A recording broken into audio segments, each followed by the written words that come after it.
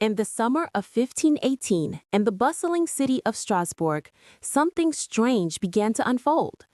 A woman stepped into the streets and began to dance. Nothing unusual at first, until she didn't stop.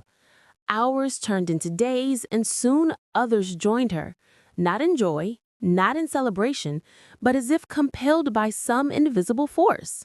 They danced without rest, collapsing in exhaustion, yet rising again to continue. This was the dancing plague, a mysterious and terrifying event that remains unexplained. Strasbourg, July 1518. The city was part of the Holy Roman Empire, alive with trade, faith, and superstition. People feared the wrath of God, curses, and dark omens. Life was harsh, plagued by disease, famine, and poverty. And in this fragile world, a bizarre and deadly phenomenon began with one woman, Frau Trophäa. Frau Trophäa stepped outside her home and began dancing in the street. She twirled and spun, her arms flailing, her body moving wildly. Hours passed, and yet she did not stop. By the second day, her feet were bloody, her face pale, but still she danced. By the week's end, more than 30 people had joined her, as if the plague had spread like wildfire. Soon, the city was gripped by. Within weeks, the number of dancers grew to over 400. Men, women, even children, all seized by the same uncontrollable urge. Some collapsed from exhaustion, their bodies unable to withstand the relentless motion. Others suffered strokes and even death. The city was in panic. Priests claimed it was a curse, doctors called it hot blood, and desperate leaders searched for a cure.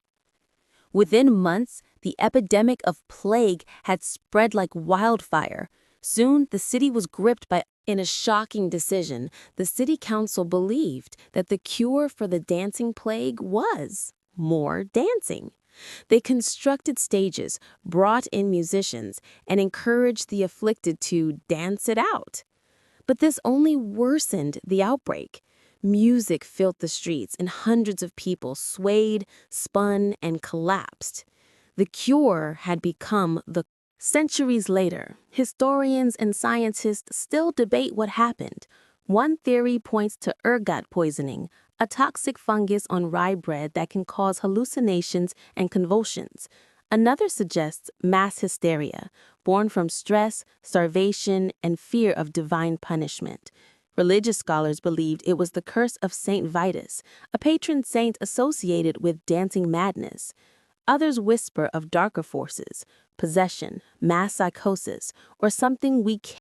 By September 1518, the epidemic began to fade.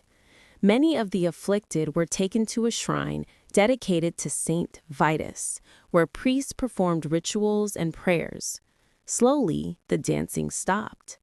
But the scars remained, both physical and psychological.